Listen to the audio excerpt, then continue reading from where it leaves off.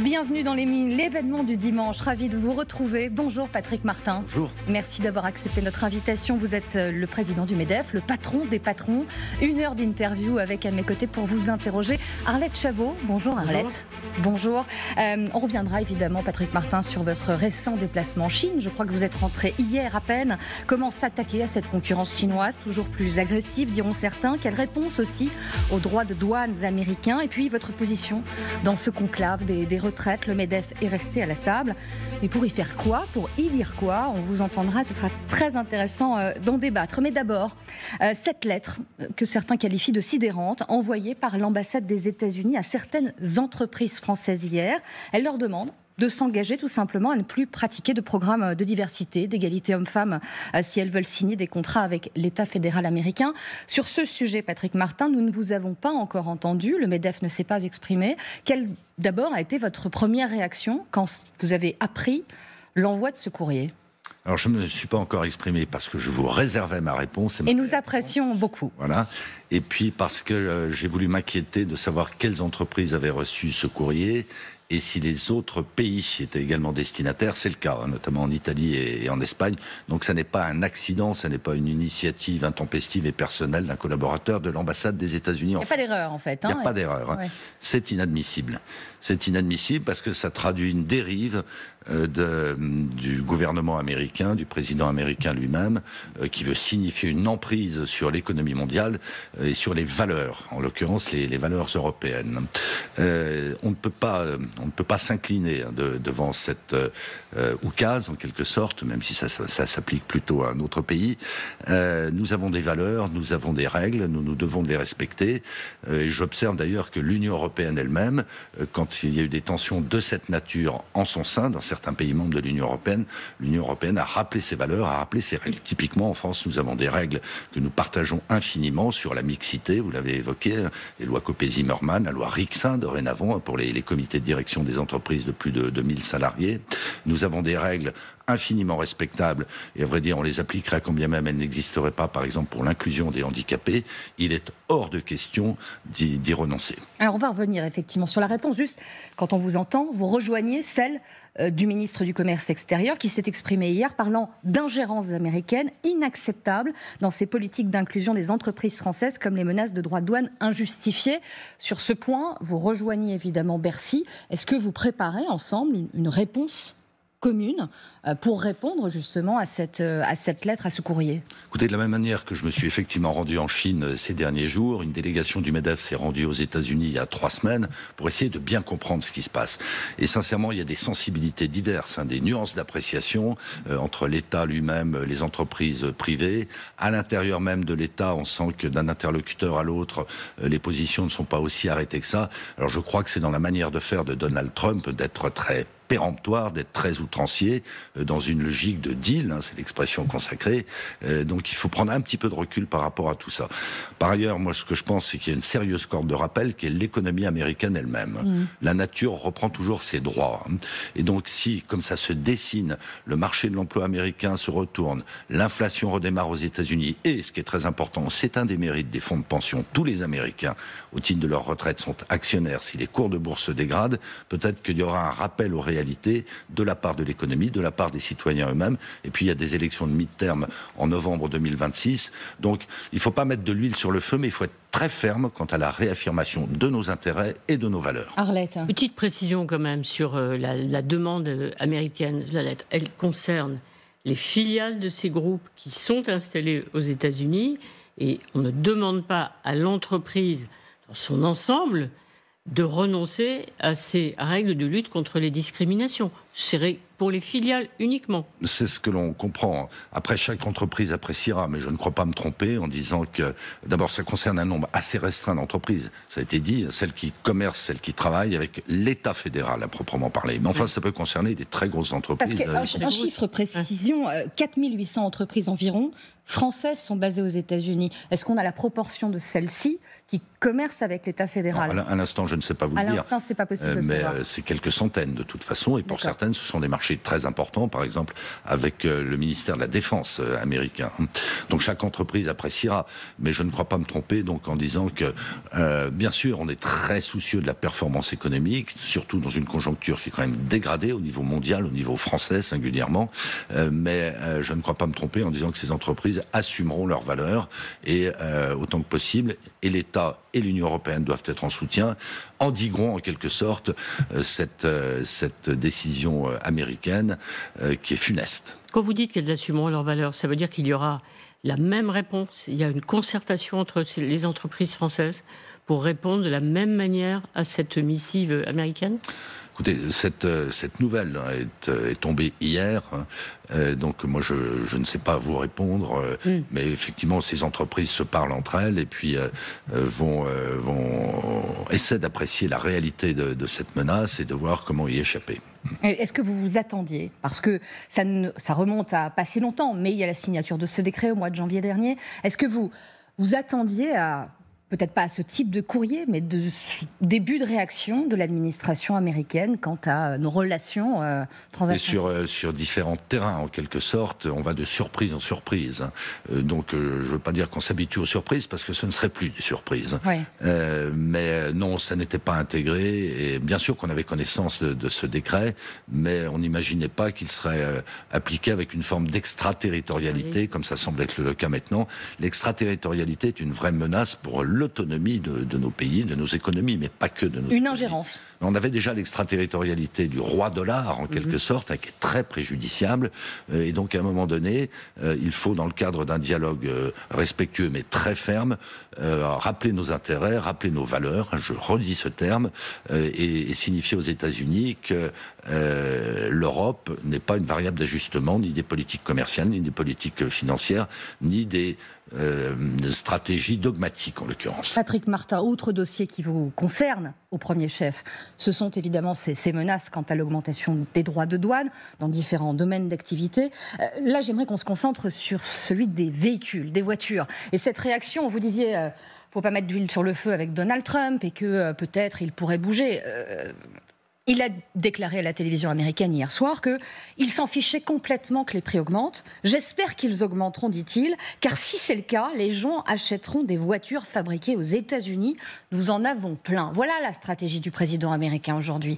Donc, oui, dit autrement, si je comprends bien ce que dit le président Trump, c'est un mauvais moment à passer et un point de passage obligé en quelque sorte pour réarmer les États-Unis en matière industrielle. Soit dit en passant, c'est le prolongement, l'accélération, l'exacerbation d'une certaine manière de stratégie qui était déjà développée par le président Biden, par Trump lors de son premier mandat. Et donc, on voit cette logique. Moi, je pense que l'économie américaine est incapable de se remettre à niveau d'ici, ce que j'évoquais tout à l'heure, les élections de mi-terme. Et quand on entend que le prix des véhicules américains augmenterait de 8 à 10 000 $, je pense que les consommateurs eux-mêmes vont y réfléchir à deux fois et, je l'espère d'une certaine manière, mettre en doute, mettre en cause cette stratégie supposément de moyen long terme que déploie le président Trump. Vous ne croyez pas du tout à sa démonstration, à dire en gros si on augmente les tarifs sur les voitures européennes par exemple, ils achèteront américains. C'est pas aussi simple que ça. D'abord, les États-Unis sont une grande démocratie et ensuite les Américains sont par excellence pragmatiques. Et donc, s'ils sont touchés à leur portefeuille, s'ils sont touchés dans leur emploi, par ailleurs, si l'inflation augmente, ce qui semble se décider, même si le président de la Réserve fédérale a été assez nuancé sur ce point, on peut compter sur eux, on peut espérer d'une certaine manière qu'ils rappellent le président à certaines réalités économiques, et tout ça n'est pas de l'idéologie. Ça veut dire qu'au fond, quand on se pose la question qui peut arrêter Donald Trump, vous répondez, c'est la bourse, c'est le monde de l'entreprise, ce sont les résultats économiques qui peuvent le faire revenir sur un certain nombre de décisions. Ça veut dire que la discussion, la concertation, ça ne marchera pas contre Donald Trump. Ça a marché dans le passé. Je rappelle qu'en 2019, M. Juncker était allé négocier des mesures douanières, des mesures commerciales qui avaient été initiées dans son premier mandat par le président Trump et que ça avait marché. Donc il faut faire les deux. Et on est en 2019, là c'est Trump 2 et ce n'est pas la même chose que Trump 1, si je puis dire. manifestement, vous avez raison. Mais ça n'enlève rien au fait qu'il faut que l'Europe... l'Europe est quand même de très loin le premier client des États-Unis. Et donc, nous avons tous les arguments pour la manière la plus posée, la plus sereine et la plus constructive possible, engager des discussions. Elles sont engagées d'ores et déjà pour revenir à la raison. Vous évoquiez Jean-Claude Juncker, aujourd'hui c'est Ursula von der Leyen. On aimerait avoir votre avis sur ce qu'est la réponse justement européenne. Était-elle adaptée? Ursula von der Leyen, très critiquée aussi, notamment concernant les vins et spiritueux et cette menace. Là, on ne parle pas de 25%, mais de 200% d'augmentation de taxes, avec des mesures de rétorsion annoncées. Est-ce que déjà vous considérez que la réponse de Bruxelles est à la hauteur de la situation? Non, mais pour aggraver le panorama, il y a l'acier, il y a l'aluminium, qui emportent d'ailleurs tout l'aval de ces filières, la mécanique par exemple. Donc tout ça est extrêmement grave. D'une manière plus générale, moi j'exprime une forme de frustration à l'égard de la Commission européenne, de sa présidente elle-même, parce qu'il y a une prise de conscience. C'est le commencement de tout, quant aux réalités, à la brutalité du monde. Mais il y a en regard une forme d'inertie de la Commission elle-même, du Parlement, sur des sujets par exemple de surréglementation. Ce qui devrait fonder en définitive et dans l'urgence d'une certaine manière la stratégie de l'Union européenne, c'est le rapport Draghi. C'est-à-dire que bien sûr il faut négocier pied à pied sur les mesures douanières, mais l'essentiel n'est pas là. L'essentiel c'est de remettre à niveau l'économie européenne, singulièrement l'économie française. En investissant sur la formation, sur l'innovation, sur la compétitivité, de sorte qu'on rétablisse un rapport de force, que ce soit avec les États-Unis ou avec la Chine, et qu'à partir de là, les négociations soient plus équilibrées. Oui, Arlette. Mais vous pensez que vous avez rencontré des producteurs de cognac qui sont particulièrement touchés, parce qu'on en parlera tout à l'heure, ils sont aussi victimes de mesures prises par la Chine. Donc, est-ce que vous considérez que les intérêts français ne sont pas bien défendus finalement? Parce que les Allemands sont concentrés sur les voitures, l'Italie essaye de négocier peut-être de son côté comme elle peut un certain nombre d'accommodements avec Donald Trump, et nos pauvres producteurs de cognac et de vin sont un peu sacrifiés? Oui, de fait, ils sont un peu sacrifiés. Mais je suis plus nuancé que vous, si vous me permettez, sur l'existence d'un front européen. Bien sûr qu'il y a des intérêts sectoriels disparates d'un pays à l'autre, mais moi j'observe que, par exemple, le futur chancelier allemand a pris des positions très, très fermes. D'abord, très proches des positions françaises et qui prennent en compte la nécessité de remettre l'Europe au bon niveau. Il n'y a pas de chacun pour soi, c'est ce que vous dites. Non, mais il y a forcément un peu de chacun pour soi, mais c'est presque plus le fait de représentants de filières que des gouvernements à proprement parler. Moi, je pense que l'Allemagne va beaucoup nous aider dans les prochains mois et les prochaines années. Elle va redémarrer puissamment. C'est quand même notre premier client. C'est un concurrent par ailleurs. Et donc, moi, je vois les choses d'une manière plus positive. Une question rapide, Patrick Martin, sur un mouvement observé aussi dans notre société sur un boycott de ces produits américains. 32% aujourd'hui, c'est le chiffre de Français qui boycottent certaines marques américaines, au premier rang desquelles Coca-Cola, McDonald's, Tesla aussi, on a vu, propriété d'Elon Musk. Est-ce que vous approuvez, est-ce que vous trouvez que ça peut être une partie de la réponse? Les Américains ont fait de même, si on s'en souvient, lorsque la France avait refusé de s'engager dans le deuxième conflit irakien. En renommant notamment les French fries, absolument. Ça a fait partie de la réponse. Bon, après, on voit que les choses se sont rétablies. Non, je pense qu'il faut éviter de rentrer dans ce genre de comportement. Alors sur Tesla, c'est un peu différent parce qu'Elon Musk est très en flèche. Et incarne aussi sur un certain nombre de sujets. Moi, je pense qu'il faut rester de sang-froid dans cette affaire et ne pas mélanger des enjeux privés avec des enjeux publics, des enjeux diplomatiques, des enjeux politiques. Avec Arlette, on aimerait s'intéresser finalement une forme peut-être de désillusion, de certitude envolée. L'élection de Donald Trump avait suscité chez les grands patrons et les plus petits patrons d'ailleurs que vous représentez une forme d'espérance à l'unisson. Et il y avait eu des déclarations remarquées de certains acteurs de la vie économique de notre pays.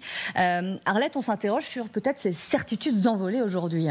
Oui, on se souvient, il y avait la préparation du budget en France, une taxe exceptionnelle, et effectivement, il y a la force d'attraction des États-Unis. Et bon, certains des grands groupes, évidemment, disaient qu'on avait un petit coup de froid quand on revenait en France. Et vous-même, vous aviez dit, parce qu'il y a effectivement une force d'attraction, vous aviez dit à la fin du mois de janvier, à propos d'entrepreneurs qui pourraient quitter la France ou aller s'installer aux États-Unis.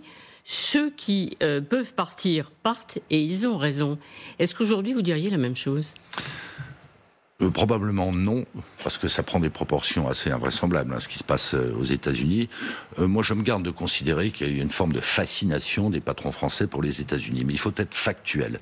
Et le propos que j'ai tenu, que d'autres ont pu tenir, n'était pas simplement par comparaison entre l'Europe et les États-Unis, c'était par comparaison entre la France et le reste de l'Europe. Moi, je voudrais insister sur un point, parce que l'Europe bashing est très développé en ce moment, de la part du président Trump en particulier, mais au sein même de l'Europe. Il y a des pays européens qui marchent très bien. J'évoquais à l'instant le quasiment certain redémarrage de l'Allemagne, mais sans attendre. Quand on voit les performances remarquables de pays qui ont été en grande souffrance, je pense au Portugal, je pense à l'Espagne, je pense à la Pologne. On parle peu de la Pologne qui a des performances incroyables, alors même qu'elle investit plus de 4% de son PIB en défense. Donc le propos que j'ai pu tenir à l'époque, c'était plutôt par référence à un budget 2025 pour la France qui va totalement à contresens de ce qu'il faudrait faire, qui est fait aux États-Unis, mais qui est fait donc dans d'autres pays européens, pour soutenir la croissance, pour soutenir l'emploi, pour soutenir l'investissement. C'est comme ça qu'il fallait le comprendre. Mais l'appel de Donald Trump à venez produire chez nous, c'est ce qu'il dit d'ailleurs aux constructeurs automobiles, ouvrez des usines chez nous, et puis comme ça, vous ne serez pas touchés par les droits de douane. Il ne peut pas être entendu par des entreprises françaises. C'est pas raisonnable, selon vous ? Non, mais il y a un marché américain qui est considérable, qui jusque-là se porte bien.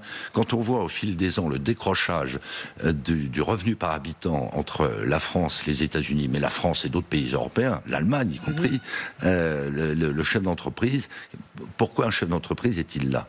Il est là pour faire prospérer et durer son entreprise. Donc il ne peut pas ne pas prendre en compte ce qui existe aux États-Unis en termes de prix de l'énergie, en termes de réglementation, en termes d'incitation aux investissements. Mais la réponse, à nouveau, elle se doit d'être un peu défensive. Donc ce sont ces négociations. Elle se doit surtout d'être offensive. Et quand je dis offensive, c'est pas belliqueux.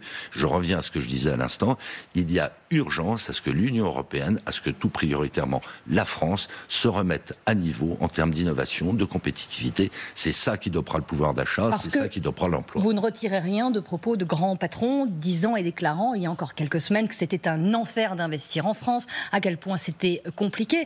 Juste en écho... Ce matin, et notamment dans les colonnes du Figaro, on peut lire que des grands patrons, sans doute s'en ouvrent-ils à vous, se disent « Je me lève », entend-on, et je me demande ce qu'a été l'annonce de la nuit. Parlons de l'administration Trump. Ça rajoute de l'incertitude à l'incertitude. Vous leur dites quoi, ces grands patrons, aujourd'hui ? D'abord, je partage. C'est vrai qu'on a un empilement d'incertitudes géopolitiques, militaires pour certaines, politiques, et c'est vrai particulièrement en France, qui retiennent en définitive les décisions d'investissement, les décisions de recrutement. Et c'est très malsain et ça pèse d'ores et déjà. Il y a un mouvement, il y a vraiment quelque chose qui existe. Mais c'est une, je vais pas employer une expression un peu imagée qu'avait utilisé le président Chirac, vol en escadrille. Oui. Et donc c'est un hasard d'une certaine manière, mais cette conjonction d'aléas, évidemment, pèse sur les décisions et donc sur les performances. Les derniers chiffres de l'emploi ne sont pas satisfaisants, les derniers chiffres de la croissance ne sont pas satisfaisants. Moi, je m'étais risqué à mettre des hypothèses assez pessimistes dès la fin de l'été dernier. Malheureusement, les chiffres confirment ce que je pronostiquais. Bon, est-on résigné pour autant ? Non, on n'est certainement pas résigné parce que les voies de sortie existent. Nous, on veut que ce pays réussisse, que l'Europe réussisse. Mais ça suppose de la part des pouvoirs publics de prendre des choix courageux. Et on en parlera notamment concernant ce budget 2026 à venir que certains qualifient déjà de cauchemar, Arlette. Sophie Primas. Pour être un peu taquin ou taquine, on s'interrogeait sur cette petite passe d'armes qui continue entre Michel-Édouard Leclerc et Bernard Arnault. Alors, voyant les dernières décisions de Donald Trump, Michel-Édouard Leclerc interpelle effectivement le PDG de LVMH. T'inquiète pas, Bernard, ne te fais pas de soucis. Et avec une phrase qui est beaucoup plus désagréable, c'est malgré son allégeance, il est une victime collatérale aujourd'hui de Donald Trump. Ces passes d'armes ou ces bisbilles, ces petites querelles, vous pouvez considérer que c'est secondaire. Je vois déjà la petite moue, le petit sourire, mais en même temps, ça veut dire aussi quelque chose des débats quand même entre patrons et peut-être des visions d'entrepreneuriat ou pas ? Non, alors il y a clairement deux catégories de patrons. Il y a ceux qui dépendent essentiellement, voire exclusivement du marché domestique, et puis il y a ceux qui sont ouverts au monde. et qui ont eu bien raison de s'ouvrir au monde. Donc moi, je ne m'arrête pas, si vous voulez, à ces déclarations. J'essaie de comprendre les faits. C'est pas innocemment que je me suis rendu à Cognac il y a effectivement 15 jours, que je me suis rendu à Reims pour voir la filière Champagne il y a 8 jours maintenant, et que je me déplace systématiquement dans nos territoires aussi bien que je vais en Chine. Et quand on parle par exemple de 70 000 emplois menacés dans la filière Cognac, les viticulteurs eux-mêmes, les maisons de négoce, et puis toute la périphérie des prestataires, sur un territoire géographique qui est très restreint, c'est l'équivalent d'un département, hein, la production de Cognac. C'est très grave. Donc ça va bien au-delà de toutes ces petites joutes oratoires. Chacun est dans son rôle, mais moi ce qui m'intéresse, c'est la réalité des faits. Et ce qu'on a fait en Chine, par exemple, avec le ministre des Affaires étrangères, va dans le bon sens. On n'a pas remporté la victoire définitive qu'on espérait, mais on a compris, d'ailleurs il y a des mesures qui ont d'ores et déjà été annoncées, que les Chinois prenaient un peu de recul par rapport à ce qu'ils mettaient en place pour taxer très lourdement le cognac. C'est comme ça qu'il faut travailler. Il faut être dans le dialogue, il faut avoir des positions respectueuses, mais fermes, et puis ne pas désespérer à un moment donné que les dirigeants politiques se disent bon, effectivement, nos propres intérêts veulent qu'on n'aille pas trop loin dans la confrontation. Oui, parce que pour être précis, vous avez passé 10 jours en Chine, notamment avec Jean-Noël Barrot, le ministre des Affaires étrangères. Et cette petite respiration, petite victoire, la Chine a en effet consenti à repousser de 3 mois une éventuelle application de droits de douane sur le fameux cognac, la filière cognac. C'est un sursis ou vous espérez, en repartant et en rentrant en France, que finalement cela se pérennise et que cette taxe ne soit pas appliquée? Bien sûr que je l'espère et que nous l'espérons tous. Mais enfin, les Chinois ne perdent pas de vue qu'ils ont un excédent commercial de 300 milliards d'euros sur l'Union européenne, 46 milliards d'euros sur la France, et qu'à un moment donné, il faut savoir jusqu'où ne pas aller trop loin. Mais c'est la Chine. C'est la Chine, il faut respecter la Chine, c'est un pays infiniment puissant. En fait, les 60 ans de reconnaissance de la Chine par la France.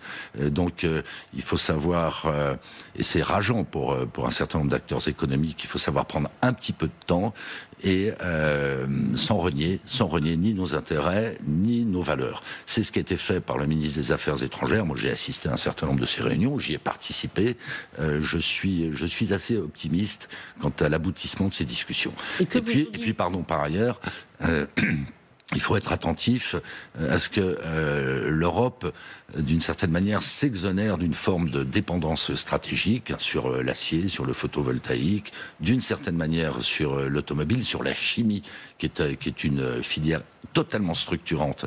J'allais dire et qui souffre énormément aujourd'hui, oui, avec des fermetures en pagaille et des licenciements aussi massifs. Y compris dans des productions stratégiques.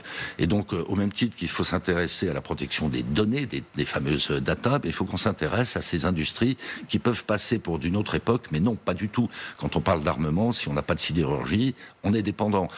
Si on se prive d'un certain nombre de productions chimiques, on est dépendant, parce que ça impacte l'industrie, ça impacte le bâtiment, ça impacte la santé. Donc voilà, il faut que l'Europe, la France elle-même, se donne les moyens de leurs ambitions pour ne pas être dans une situation de dépendance. La souveraineté, ça n'est pas un slogan, ça doit être une réalité. Juste une petite remarque en passant. Comment les Chinois vous ont dit qu'ils regardaient cette bataille tarifaire entre l'Europe et les États-Unis? Ils regardent comment? Ça peut c'est assez compliqué de décrypter la pensée chinoise. Je ne me prête pas cette capacité. Non, je pense que ça les inquiète. Je pense que ça les inquiète parce que ça leur ferme à eux aussi des marchés extrêmement importants. Donc, moi, je pense qu'à un moment donné, au-delà des postures, au-delà des affichages, au-delà des doctrines d'ailleurs, chacun va faire ses calculs et se dire que ça peut être préjudiciable, y compris aux auteurs de ces stratégies. Retour sur le plateau de l'événement du dimanche, toujours avec notre invité Patrick Marton, le président du MEDEF, le patron des patrons. On évoquait ce contexte international plus que troublé. Évoquons maintenant le budget de la France pour 2026 et ces mots de la porte-parole du gouvernement cette semaine. Elle promet une grande conférence à venir sur les finances publiques, normalement en avril, qui va associer tout le monde. Et elle le dit, ça va être un cauchemar. Oui, ça va être un cauchemar tant les difficultés financières sont importantes, ce sont ces mots. Vous serez donc associé. Je ne sais pas si vous avez encore reçu l'invitation. Quelles seront les propositions du MEDEF, Patrick Martin. Je reprends votre expression, celle de Sophie Primas, sur ce cauchemar, pour rappeler donc que le budget 2025 n'est absolument pas satisfaisant pour les entreprises, mais plus globalement pour l'économie du pays. On le voit dorénavant dans les chiffres de la croissance et de l'emploi. Mais cauchemar, ça veut dire qu'on est endormi. Nous, ce à quoi on appelle, c'est un réveil. Et finalement, il y a un certain nombre de baudruches ou de secrets de polichinelle dont il faut s'emparer. Je pense par exemple au niveau et au financement de la protection sociale. Et nous, non pas par opportunisme, mais parce qu'il y a maintenant urgence, on va pousser un certain nombre de thèses pour que, enfin, des décisions soient prises. On est tous anesthésiés, tous, c'est-à-dire y compris certains chefs d'entreprise, par un modèle, un supposé modèle français qui est totalement à bout de souffle. Eh bien, les circonstances graves, menaçantes, ont moins ça de bon que ça nous oblige à nous réveiller. Et vous pensez que l'acceptabilité des Français sera au rendez-vous quant à ce réveil que vous appelez depuis, ce n'est pas une nouveauté, mais on entend les oppositions. Vous regardez, oui, bien sûr, mais puis il y a des échéances électorales qui faussent, je pense, les analyses, en tout cas les expressions. Mais enfin, vous regardez autant et mieux que moi les sondages. Moi, je suis très impressionné de voir que, par exemple, le sujet de la dette publique, des finances publiques, remonte dans les préoccupations des Français, alors que ces sujets étaient dans les profondeurs du classement, par ailleurs, auparavant. Je regarde, par exemple, la confiance qu'ont les Français dans la pérennité des régimes de retraite. Les mêmes, et on peut les comprendre, qui souhaitent qu'on revienne sur la dernière réforme, à 61%, se disent conscients que les régimes de retraite ne tiendront pas dans la durée. Donc à un moment donné, je pense qu'il faut, de manière objective, sereine, démocratique et républicaine, bien sûr, poser ces sujets. Et je crois que c'est une des responsabilités du patronat, du MEDEF, que de contribuer à ce débat, d'autant plus que la cote de confiance qu'ont nos concitoyens dans les entreprises n'a jamais été aussi élevée. Pourquoi ? Parce que nous sommes pragmatiques. Oui, Arlette. Oui, Patrick Martin, couper dans les dépenses sociales, au moment où on demande de faire un effort pour la défense, alors on oppose toujours les canons, voilà, on connaît la santé, etc. Mais est-ce que c'est ça le choix ? Est-ce qu'il faut se dire qu'on coupe dans les dépenses sociales parce qu'on a besoin d'argent pour financer la défense ? Non, mais on parle d'un effort considérable de l'ordre de 50 milliards d'euros par an supplémentaires pour la défense. Ça serait quasiment multiplié par 2, on passe. C'est énorme. Mais enfin, le coût de la dette, les frais financiers annuels pour payer les intérêts sur notre dette sont déjà bien supérieurs aux 50 milliards. Donc, à un moment donné, c'est un raccourci de dire il va falloir dégrader les régimes sociaux pour financer l'effort de défense. Non, le sujet est beaucoup plus global. On avait en 74, on avait des dépenses sociales qui représentaient 18% du produit intérieur brut. Moi, j'étais né en 74, ça vous a pas échappé. J'ai pas le souvenir que le pays était dans la misère. On est dorénavant à 32%. Donc, il y a un principe de réalité à un moment donné, et je crois que, y compris les organisations syndicales, partagent le diagnostic. Nous ne partageons pas les remèdes. Oui. On est arrivé, c'est l'épreuve de vérité aujourd'hui. C'est l'épreuve de vérité. Je ne veux pas dramatiser. Mais mon propos, c'est certainement pas de dire que, au motif de cet effort de défense supplémentaire, il faut dégrader les régimes sociaux. Le problème est malheureusement beaucoup plus fondamental. Et quand on parle de 50 milliards, les dépenses publiques, c'est 1700 milliards. Ça doit se trouver, 50 milliards. Certainement pas par de nouveaux emprunts. Et ça veut dire que vous avez un plan, vous allez faire des propositions très précises. Voilà où on coupe, voilà ce qu'on supprime, là où il y a un effort acceptable.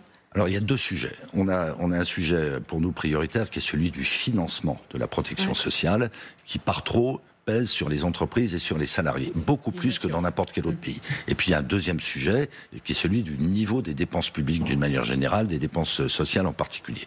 Moi, je suis très frappé de voir que des pays européens, j'ai cité l'Espagne, j'ai cité le Portugal, mais on peut citer les Pays-Bas, sont maintenant à 42% de dépenses publiques quand on est à 57%. Est-ce que ces pays ont connu des affrontements, des grèves massives, etc. Non, ça s'est fait de manière concertée, partagée, ils y sont arrivés. Si on était à 42% de dépenses publiques, on dégagerait 450 milliards d'euros par an. Ça permettrait de voir venir, d'augmenter les salaires, d'investir, d'être plus compétitif au niveau mondial. C'est possible. Le moment est venu de le faire. En introduction, vous critiquiez le budget 2025.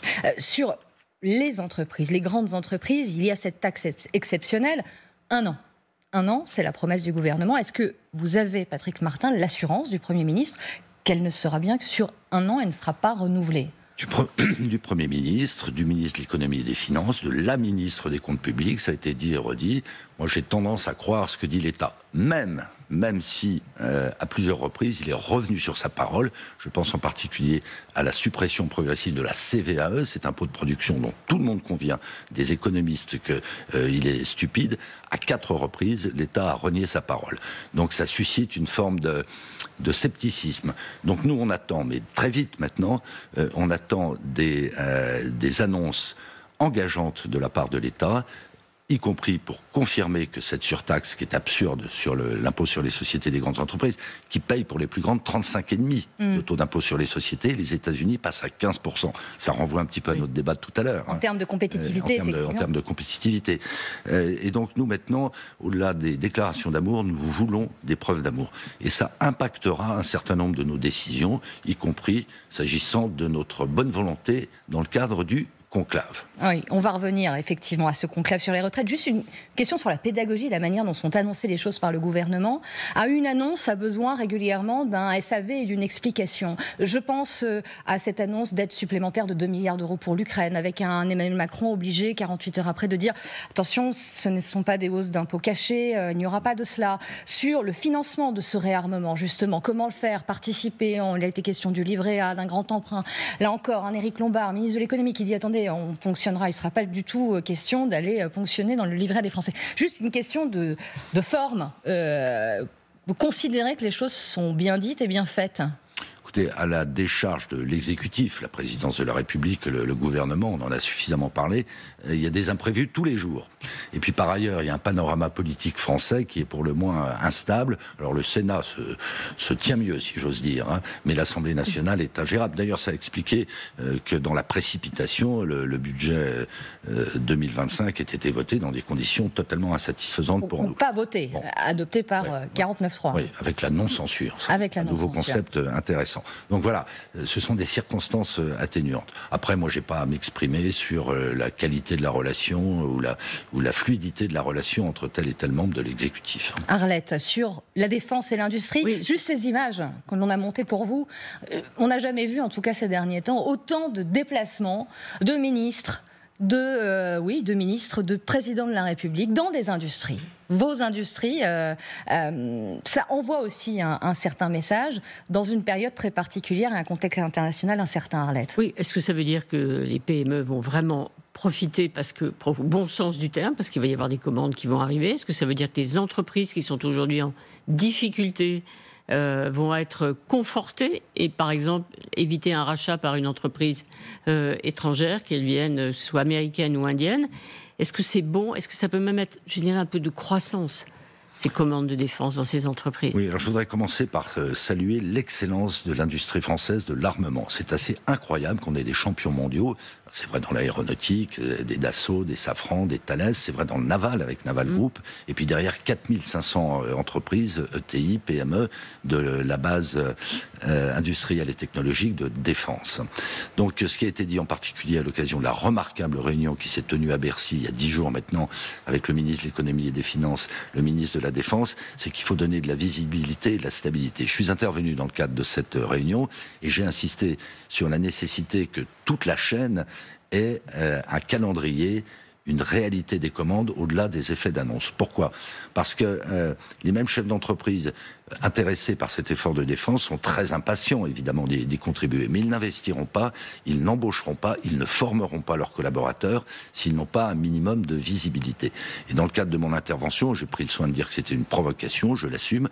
On a eu un précédent assez fâcheux au moment où il s'est agi de produire des masques. Ça a été demandé à un certain nombre d'entreprises. Durant le Covid, en effet. Beaucoup s'y sont prêtés. Et puis, les acheteurs publics, pour commencer, du jour au lendemain, se sont retournés vers des fournisseurs étrangers. Donc voilà, il faut mettre de la visibilité dans ce dossier. Et moi, je suis très confiant, à partir de là, y compris pour se financer, toutes les entreprises de la chaîne, de la filière de défense, trouveront les moyens nécessaires.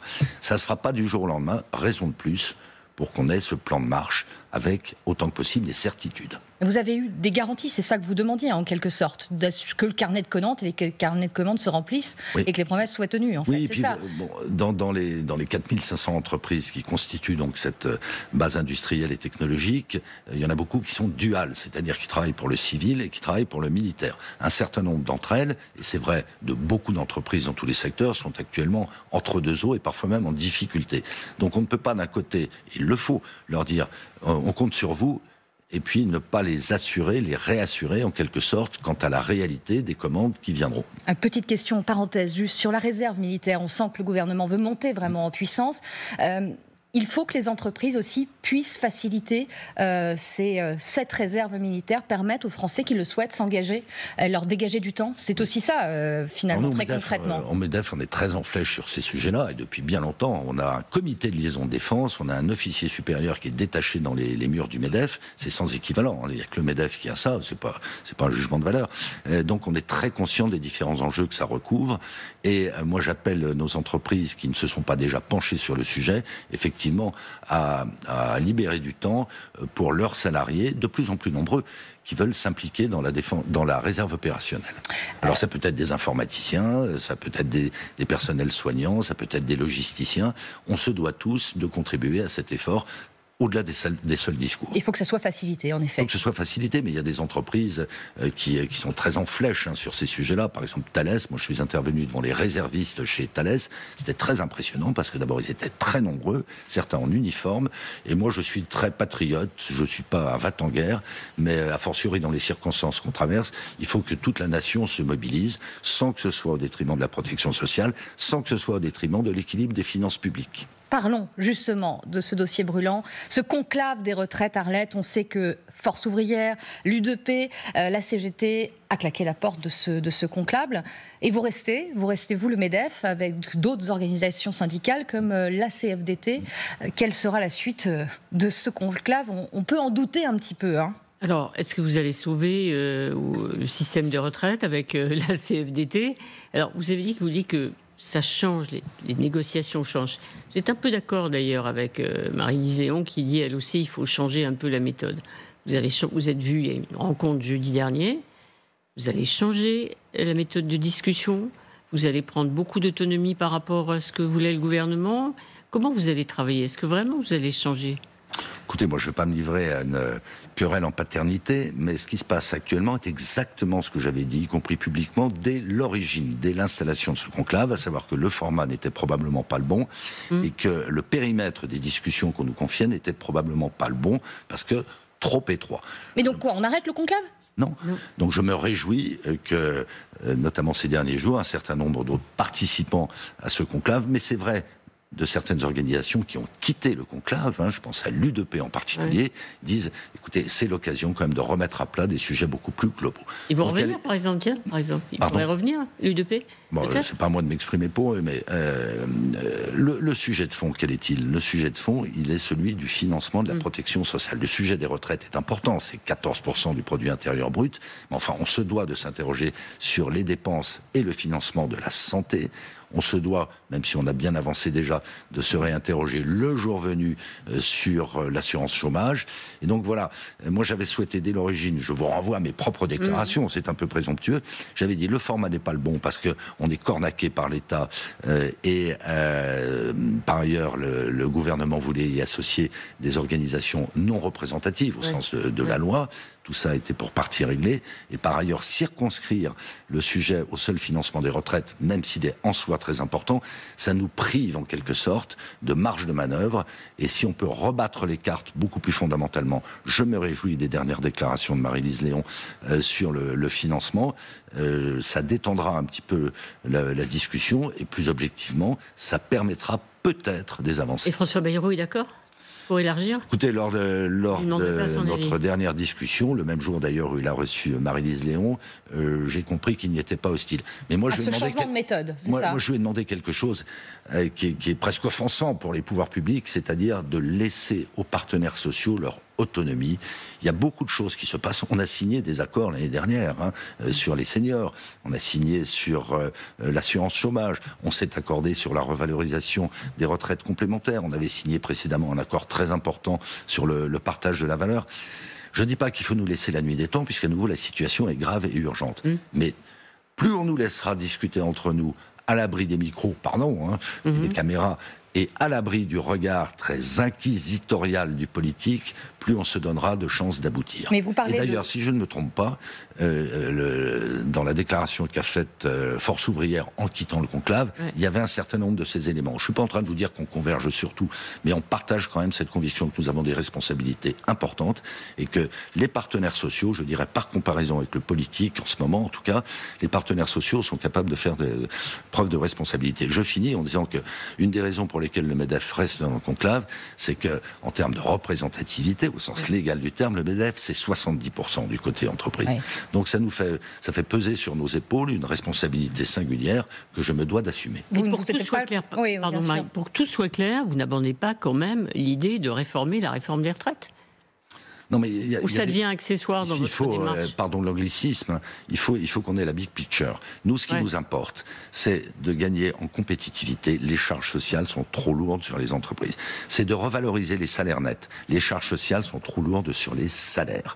Et donc, à un moment donné, il faut que nous nous mettions d'accord avec nous-mêmes pour dire qu'est-ce qui nous intéresse. Quelle est la perspective de long terme ? La perspective de long terme, c'est de doper la croissance dans ce pays, par voie de conséquence de doper l'emploi et de revaloriser les salaires, sans dégrader la compétitivité et même en l'améliorant.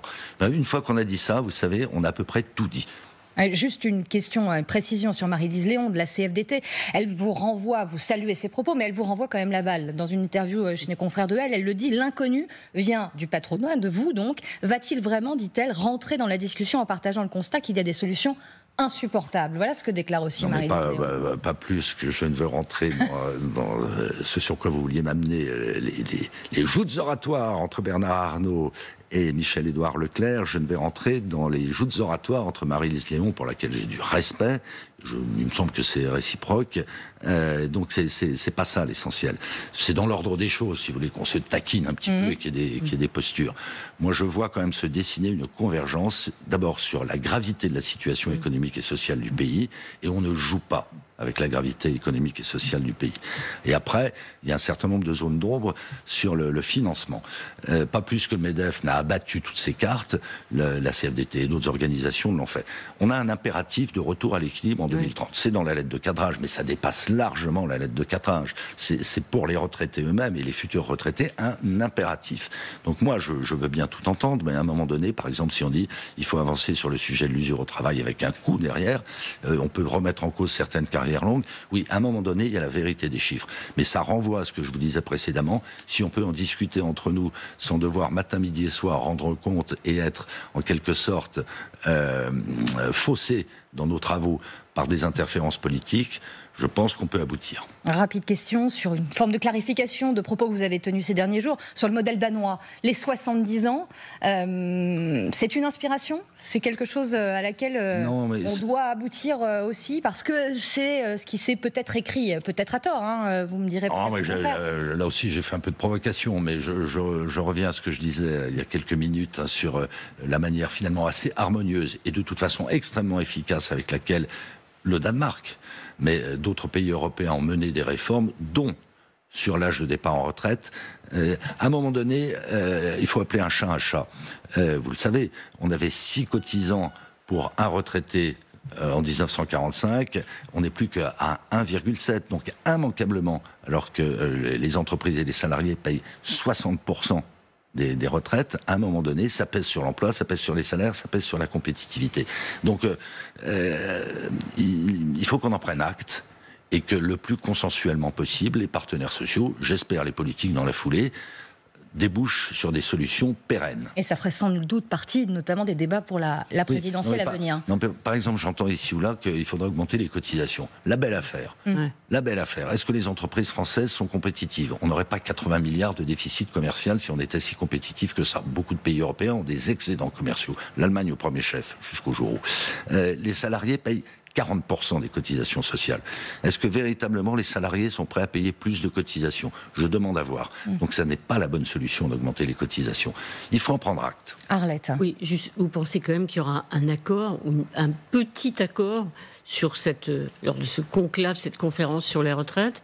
et que ça débouchera sur un projet de loi, même petit, même minime, à l'Assemblée? Vous y croyez? Vous avez envie que ça débouche sur quelque chose de positif ou pas? Je ne retire rien à ce que j'ai donc dit depuis l'ouverture du conclave et que j'ai rappelé tout à l'heure. Nous n'avancerons que si, à cette occasion, on s'interroge et on conclut beaucoup plus globalement sur le financement de la protection sociale. Les solutions existent. Quelles sont-elles, les solutions? Elles ont déjà été expérimentées. C'est de reporter sur la fiscalité une partie de ce coût. Alors évidemment, il y a toujours quelqu'un qui paye au bout du compte. Mais qui tracte l'économie, si ce n'est les entreprises et les salariés? Un mot rapide, Patrick Martin, sur ces déclarations de Patrick Pouyanné, le PDG de Total, qui plaide pour que toutes les entreprises affichant aujourd'hui des bénéfices appliquent ce principe simple, par souci de cohérence, de rembourser les aides publiques versées lors de la période du Covid. Est-ce que vous validez cette déclaration, cette annonce, ce souhait de Total qui, lui, n'a pas touché d'aide publique, C'est une précision importante. Je sais si j'ai du respect et de l'admiration, d'une certaine manière, pour Patrick Pouyanné et pour Total. Non, je ne partage pas cette analyse. Pourquoi ? Parce que c'était un cas de force majeure. Et je pense que c'est typiquement le rôle de l'État d'être l'assureur en dernier ressort face à des situations absolument critiques, imprévues et mortelles pour l'économie. Mais pour les entreprises qui ont retrouvé des couleurs, c'est très légitime. Est-ce qu'elles ont retrouvé des couleurs parce qu'elles ont eu des aides ? Ou est-ce qu'elles ont failli disparaître parce qu'il y avait un cas de force majeure? Donc moi je pense que c'est typiquement le rôle de l'État, la défense est typiquement le rôle de l'État, beaucoup plus que de s'occuper matin, midi et soir par des réglementations stupides et qui s'empilent, ou de s'ingérer en permanence dans la vie des entreprises. Donc c'est un non. Vous dites là-dessus. Alors moi je suis assez à l'aise pour en parler parce que mon entreprise, qui n'a pas la taille de Total, mais enfin elle a quand même plus de 3000 salariés, n'a quasiment pas recouru aux aides publiques. Mais je vais vous dire une chose, dans l'état de sidération dans lequel j'étais, comme tous les chefs d'entreprise, à vrai dire tous nos concitoyens, au moment où la pandémie s'est déclenchée, mon entreprise a souscrit un PGE de 100 millions d'euros. On a eu la capacité, on s'est donné la possibilité de le rembourser dès l'année suivante. Il y a beaucoup d'entreprises qui actuellement ont encore des PGE sur les bras et on viendrait leur dire on vous retire ces dispositifs. Moi je signe malheureusement.